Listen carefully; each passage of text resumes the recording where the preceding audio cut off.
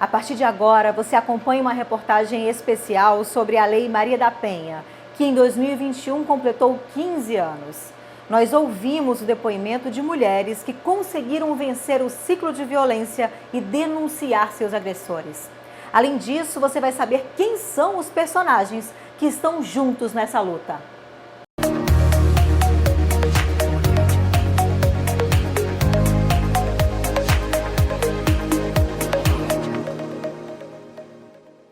É agora. A jornalista Adriana Araújo e o repórter cinematográfico Márcio Bastos captaram depoimentos comoventes de mulheres anônimas e figuras públicas que vão mexer com você e te mostrar a importância da Lei Maria da Penha no combate à violência contra a mulher. Ele me agredia fisicamente, psicologicamente. Ele dizia que eu não ia conseguir. A violência deixa marcas, cicatrizes. Eu estava grávida do meu filho que ele me bateu. Traumas que jamais serão esquecidos. Todas as vezes que ele agredia, naquele momento, ele tirava um pedaço, parecia um canibal. Eu já sofri violência, algumas eu nem sabia que era na época. No Brasil, em média, uma mulher é assassinada a cada 7 horas. Os números de violência também são alarmantes. Nos últimos 2 anos, 17 milhões de mulheres, 25% da população feminina acima dos 16 anos, sofreram violência física, psicológica ou sexual. Essa triste realidade causa dor e torna a vida de muitas mulheres um pesadelo. E ele achou que eu que tinha chegado da rua também. E aí ele me deu um soco. Um soco não, uma cabeçada, porque ele era lutador de jiu-jitsu. Até isso. Chegou uma época que as pessoas ficavam, notando os roxos e ele começou a me bater sem deixar marcas. E aí ele quebrou meu nariz. Nesse dia eu estava com uma camisola branca. E o meu filho já tinha 18 anos, que é o filho mais velho. E ele puxou uma faca para ele, porque quando aqui é muito sensível, então virou um rio de sangue na camisola. Mas ele passou meses me perseguindo, meses querendo voltar. Foi muito, muito complicado. Quando eu estava grávida do meu bebê, ele me bateu. A gente sabe que quando a gente está grávida, a gente está sensível, a gente está num momento nosso, né? E foi aonde eu fui sofrer. Passei necessidade, passei fome. Tem coisas que eu não gosto essa história minha eu não gosto muito de lembrar, porque é uma coisa muito triste, uma coisa que ficou marcada na minha vida.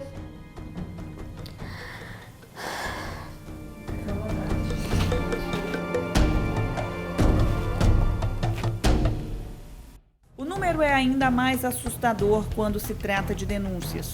Hoje, 95% das mulheres vítimas de feminicídio no Brasil nunca fizeram uma denúncia antes de serem assassinadas. A dependência financeira e o medo são alguns dos motivos que levam as vítimas a permanecerem no ciclo da violência. Eu não cheguei a denunciar porque eu tinha medo. Medo daquela pessoa, medo de fazer alguma coisa com a minha filha. Porque naquela época eu tinha uma filha, eu preservava a vida dela, mas em nenhum momento eu cheguei a denunciar. Quando a gente fala em 95% das mulheres que morrem em feminicídio nunca denunciaram, nós estamos dizendo que muitas mulheres não tiveram coragem, não se identificaram com a problemática, que muita gente pensa que esse é um problema que passa, mas muitas vezes não. No Amazonas, no primeiro semestre de 2021, foram mais de 9.600 casos registrados de violência contra a mulher. A maioria foi durante o período de isolamento social causado pela pandemia de Covid-19 nos meses de janeiro, fevereiro e março. Apesar do aumento, os dados são considerados positivos, uma vez que representa mais mulheres tomando coragem para denunciar.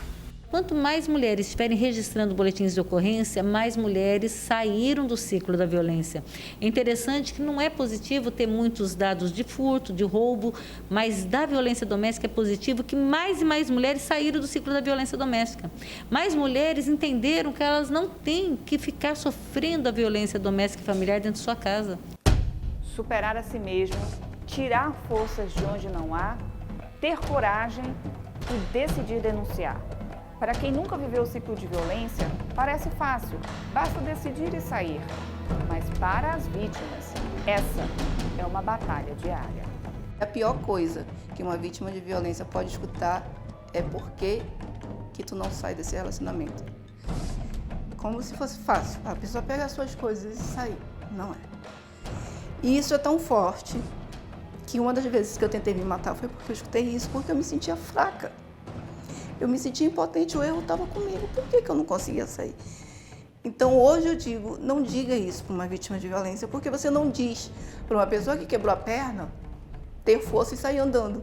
Ela sabe o que ela tem que fazer, ela só não tem como fazer. Eu levei 5 anos, para me libertar e muitas coisas de abuso e de violência eu só vim entender muitos anos depois. A separação foi um momento muito difícil porque ele me ameaçou, ele me constrangia no meio da rua. Uma vez eu estava num evento na rua da minha casa, que eu congrego numa igrejinha lá na rua da minha casa. Eu estava num evento, ele me empurrou e começou a me xingar, me xingou falou um monte de palavrões, falou um monte de coisa, me chamou de irresponsável, me chamou de um monte de coisa. Aí eu fui na delegacia, eu tive que prestar queixa, porque ele quase invade a minha casa e a minha mãe é uma senhora idosa. Só não conseguiu abrir a porta porque a minha mãe chamou meus irmãos que moram no mesmo quintal que a gente. E ele falou para as minhas sobrinhas que aonde me visse ele ia quebrar minha cara. E por trás da minha casa tem um hip-hop. E ele disse que ele ia me jogar dentro do hip-hop. E foi nesse momento aí que eu tive que denunciar ele de verdade. Foi onde eu tive coragem mesmo para denunciar. No Brasil, em média, uma mulher leva cerca de 10 anos dentro do ciclo de violência para conseguir libertar-se.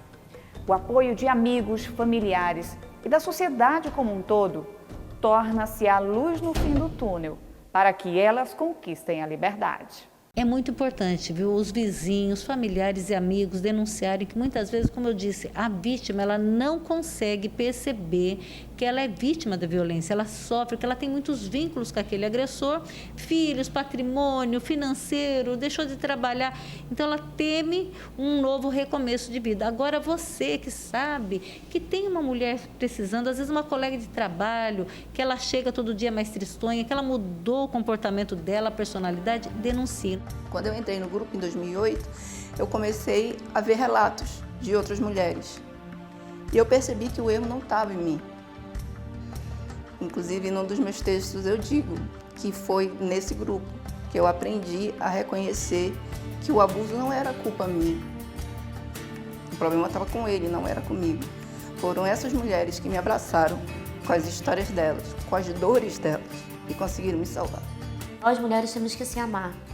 Nós não nascemos para sofrer, nós não nascemos para ser espancada, nós nascemos para ser feliz. Sempre tive esperança de que um dia eu sairia daquilo. Então procurem seus amigos, se mantenham firmes com seus amigos, com quem lhe quer bem, com quem lhe deseja bem, seja família, seja amigo, seja quem for. Não fique sozinho. Vocês nunca estão sozinhos. A gente nunca está sozinho. A gente acha que está sozinho, mas a gente nunca está sozinho. Estudem, trabalhem, mantenham a sua independência, mantenham a sua vida. Elas têm que tomar coragem e olhar para dentro delas e dizer que elas podem sair dessa vida. Mulheres, vocês têm que se amar, olhar para vocês, deixar esses homens e viver a vida de vocês. Porque ninguém nasceu para apanhar. Eu acho que nessa vida a gente nasceu para se amar. A gente tem que se amar mais. É difícil, só que a gente tem que ter coragem, força de vontade e largar essa vida de apanhar. E no próximo bloco também vamos te falar quais os avanços no combate à violência contra a mulher no Amazonas.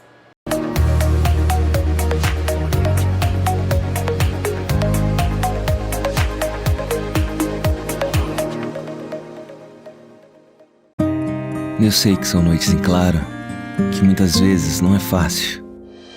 E que no fundo do peito vocês sabem que isso me fortalece por toda a vida e nos faz crescer juntos, como família. Tem mais gente que nos apoia, porque essa causa tem que ser de todos. E por mais que eu ainda não consiga falar, eu sei que vocês me entendem. A amamentação. Incentive a família, alimente a vida.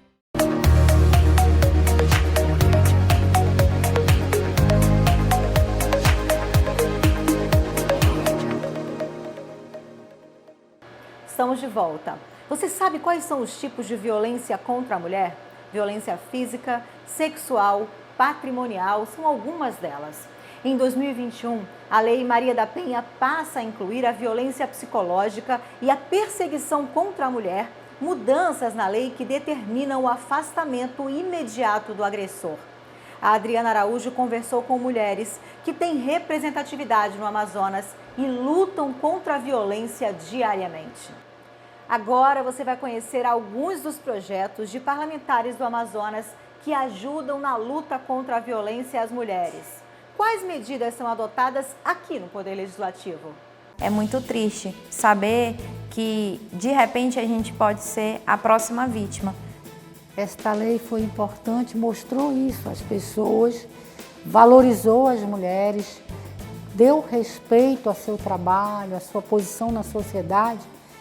E mesmo com 15 anos, ela ainda não conseguiu mostrar que a mulher tem que ter seu espaço respeitado. A Lei Maria da Penha, ela é um produto das nossas lutas.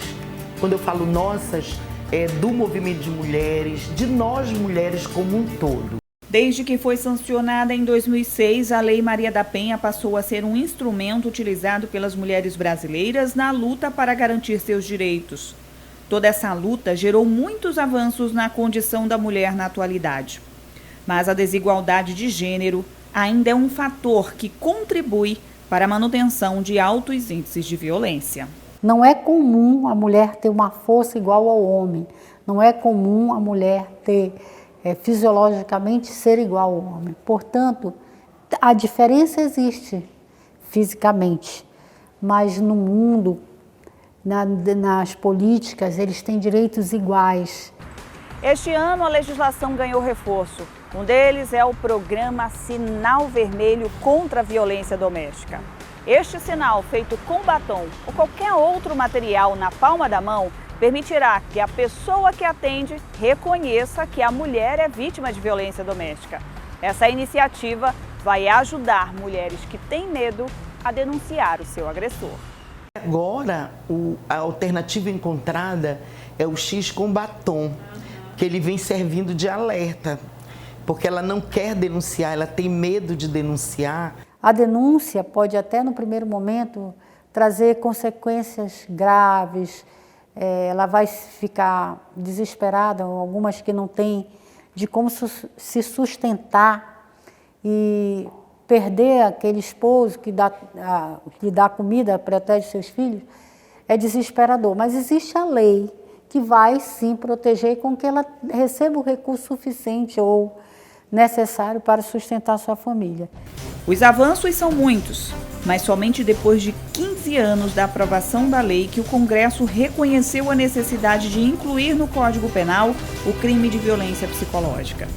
Também foi incluído na Lei Maria da Penha o critério de existência de risco à integridade psicológica da mulher como um dos motivos para o juiz ou a juíza, o delegado ou a delegada, afastar de imediato o agressor do local de convívio com a vítima. Essa questão da violência psicológica é algo muito grave, porque a mente manda nas nossas ações e no nosso corpo. Então a gente sabe que isso existe, e existe muito. É a questão da lavagem cerebral, né? Que existem muitas congregações que fazem, e existem muitos agressores que também conseguem fazer. Só quem vivenciava o que era violência psicológica é que sabia, porque a lei ela trabalhava no generalista, né? no termo generalista da violência psicológica. A violência contra a mulher independe de classe social ou de condição financeira. Inclusive com uma assessora em que o seu agressor, ele até ameaçou todos nós do gabinete. E foi um caso que a gente foi na delegacia, nós denunciamos, isso virou um processo, né, e nós fizemos justiça. Em 2016, essa mulher chegou para nós com 23 mordidas no braço, né, nos 2 braços. Todas as vezes que ele agredia, naquele momento, ele tirava um pedaço, parecia um canibal, na verdade, né? A mordida era maior, no outras as mordidas eram menores. O cara foi preso, né? Houve várias tentativas de reconciliação, ele era usuário de bebida alcoólica e, na verdade, ela conseguiu se desvencilhar na medida em que nós a documentamos, porque ela não tinha documentos, porque ele tocou fogo, então a gente teve que recuperar todos os documentos dela. Foi uma violência patrimonial. Já tivemos aqui várias intervenções por meio da Comissão da Mulher, de mulheres que chegaram aqui, como por exemplo, uma médica veterinária recém-formada que foi abusada sexualmente no seu emprego por conta de um veterinário que era o dono da clínica que assediou. E nós fizemos justiça. No Amazonas, o trabalho dos parlamentares estaduais reflete o avanço com proposituras que buscam o combate à violência contra a mulher e medidas de acolhimento que são apresentadas frequentemente pelos deputados. Então, desde que eu entrei aqui, existem 2 pautas que são as minhas principais, que são as das mulheres e também a da saúde. E no que se refere à pauta das mulheres, nós já temos algumas proposituras que já foram, inclusive já viraram leis, que é a questão do indicativo, que eu mandei para a delegacia interativa, onde houvesse um link objetivando a facilidade dessa mulher quando entra no site da delegacia virtual aqui do estado, que ela possa fazer sua denúncia, porque muitas vezes ela mora com o agressor, ou então ela tem aquele relapso de momento que ela quer fazer a denúncia e depois isso passa, A gente sabe que existe toda uma questão psicológica envolvida, então a gente precisa amparar essas mulheres e facilitar realmente dando o apoio que elas precisam nesse momento tão doloroso. Nós também temos projetos de lei de empoderamento das mulheres, de oferta e oportunidade no mercado de trabalho, o cuidado dessa mulher no pós-denúncia, para que ela não retorne para as mãos do seu agressor, protegendo assim a família. E também uma grande luta que é a Casa da Mulher Brasileira, onde nós conseguimos o recurso do governo federal, onde nós estamos trabalhando cada detalhe do projeto e que em breve será uma realidade. Eu pedi que fosse instituída na zona leste de Manaus, por ser uma zona que a gente recebe muitas denúncias das mulheres. Ações e projetos que foram aprovados e outros que continuam em tramitação, visando garantir o direito das mulheres. Exemplo disso é a lei que estabelece que o Estado custeie hotel para abrigar mulheres vítimas de violência doméstica. Feita de forma conjunta entre os deputados, tem a lei que instituiu diretrizes gerais de cooperação e o Código Sinal Vermelho no estado do Amazonas. Os deputados também aprovaram a lei que obriga condomínios e conjuntos habitacionais e comerciais a comunicar às autoridades policiais sobre episódios de violência contra a mulher. O Parlamento Estadual garantiu o sigilo dos dados das mulheres em situação de risco, decorrentes de violência doméstica e intrafamiliar, além dos dados de filhos e outros membros da família nos cadastros dos órgãos e secretarias do estado do Amazonas. Essas e muitas outras ações, leis, requerimentos e a fiscalização do trabalho do Executivo continuam sendo realizadas. Mas, para continuar avançando e coibir a violência contra a mulher, ainda é necessário muita mobilização. Se você ensina uma criança, um adolescente, que ele deve respeitar a coleguinha dentro da escola, a sua irmã, as mulheres da sua família, a gente prepara um adulto que vai respeitar as mulheres, que não vai ser um agressor. Nós precisamos, então, divulgar mais, a partir das primeiras idades, o respeito que tem que se ter com ambos os sexos e não se tornar que um é mais fraco e o outro é mais forte. Eu acho que isso deve começar principalmente dentro das escolas. Eu acho que hoje a gente consegue comprovar a violência física, a gente consegue ter uma celeridade nas denúncias, mas ainda falta o judiciário abraçar isso de uma forma diferente. A gente sabe que o nosso judiciário demora muito, tem muitos casos famosos no Brasil e aqui no Amazonas, que demoraram mais de 3 anos para ter sua resolução na justiça. Então, dessa forma, a gente tenta dar uma celeridade e realmente o apoio que elas tanto precisam. As leis têm que ser mais rígidas, a gente precisa trabalhar isso dentro de todas as escolas, não só como um tema transversal, mas principalmente como um tema constante, fazendo parte do dia a dia das crianças desde as primeiras idades. Eu vejo que falta mais delegacias para que as mulheres possam ter um atendimento especializado no momento da denúncia, porque hoje as mulheres sabem dos seus direitos, sabem da Lei Maria da Penha, têm o conhecimento, mas a gente ainda precisa avançar na efetivação desse direito. Eu sempre digo que a mulher tem que ser dona de si, dona do seu próprio destino. E, inclusive, nesse sentido, a gente fazendo uma pesquisa aqui junto ao meu gabinete, a gente percebeu que a pessoa agredida depende financeiramente. Para você que está sofrendo violência, que quer sair desse ciclo vicioso, não tenha medo, denuncie. Nós temos uma rede de apoio para apoiar as suas decisões. E eu quero dizer aqui que apesar do medo, apesar da dependência, você pode ter uma nova oportunidade na sua vida, para a sua família. O meu recado para essas mulheres é que elas possam se sentirem encorajadas e apoiadas a fazer o certo por si, né, pelos seus filhos, se os tiverem, pela sua família, mas principalmente por si. Eu acho que é isso que está assim, em alta hoje em dia, é a mulher se empoderar de si, da sua vida, da sua liberdade. Então seja livre, opte por si mesma, se ame e tome uma atitude, porque você vai ter tantas outras mulheres para te amparar e realmente te dar o conforto que você tanto precisa. A mulher, ela precisa levantar a cabeça, respirar e dar continuidade. A vida é tão bonita, a vida é tão importante para a gente, que a gente só dá valor quando acontece algo muito grave, que você aí não tem mais o que fazer. Então, vamos juntas denunciar, buscar as autoridades, pedir apoio, porque hoje graças a Deus, tem muitas opções para você se proteger. Guerreiras, fortes, incansáveis. Adjetivos que parecem interessantes na hora de elogiar uma mulher. Não para as vítimas de violência. Vítimas que decidiram tornar públicas suas histórias. Histórias que vão inspirar e motivar outras mulheres a encarar essa luta e vencer esse ciclo. Se formos adjetivá-las, nós do Parlamento Estadual do Amazonas as chamamos de heroínas. Porque talvez não tenham os poderes de uma Mulher Maravilha, mas com toda certeza possuem os encantos de uma mulher maravilhosa.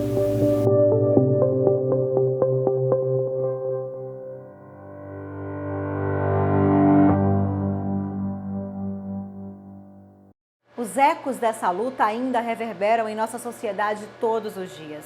De acordo com o Fórum Brasileiro de Segurança Pública, o assassinato de mulheres registrou alta em 2020 e encerrou o ano com um recorde histórico.